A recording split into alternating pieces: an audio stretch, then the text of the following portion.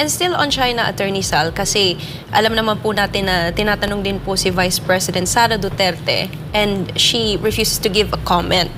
And then, dinipensahan po siya ni Pangulong Bongbong Marcos on her silence about this issue sa South China Sea. What's your comment on that? Tama naman si Presidente Marcos kasi he is the chief architect of the foreign policy.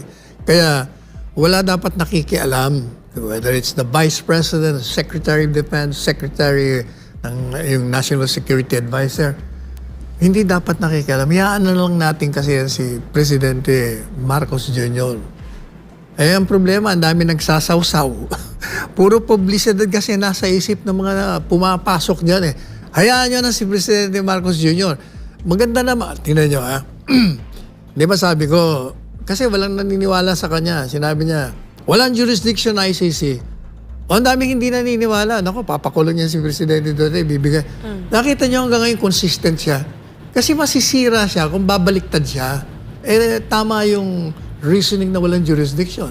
Unang-una, ngayon ang pinapaliwanag natin, yung Rome Statute that created the International Criminal Court never so light dahil hindi na-publish sa official gazette, requirement yun. Pangalawa, even assuming na nagkaroon, nag-withdraw na nga tayo eh. So kahit saan mong angulo, in all force, talagang walang jurisdiction. Kaya tama si Presidente Duterte. Kaya kahit na sa tingin ng iba nag-aaway, hindi po pwede siya bumaliktad doon. Talagang masisira siya. Kasi nga, talagang walang jurisdiction. Were you able to watch the FOCAP last night, Attorney Sal? Which one? Yung kagabi po, ito. Hindi. Yung FOCAP. Ito, hindi ako. Ito lang. Yun din po yung sinabi niya eh. He maintained his position doon po sa ICC na walang jurisdiction. Kaya nga pinupuri ko siya doon. Kaya kinokontra kayo mga iba na babalik na hindi. Kako mahihirapan siyang bumalik na dyan. Kasi unang-una, tama yung desisyon niya. Pangalawa, pag bumaliktad siya, masisira siya dyan. Masisira talaga siya dyan. Kaya tama yung ginagawa. Ang nagiging problema lang, yung mga alter egos niya, iba-iba ang sinasabi. Sasabihin walang jurisdiction. Tapos, gawa tayo ng gawan, letter.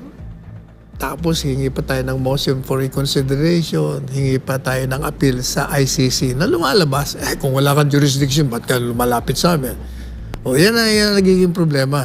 Mabait lang talaga itong si Presidente Marcos Jr. Hindi niya tinatanggal yung mga kumukontra sa kanyang patakaran. Pinapabayaan niya na lang. Kasi nga, ang feeling niya, kahit ano pa sabihin niyo, akong presidente, kung ano sinabi ko, yun na yun. O, tama nga naman siya.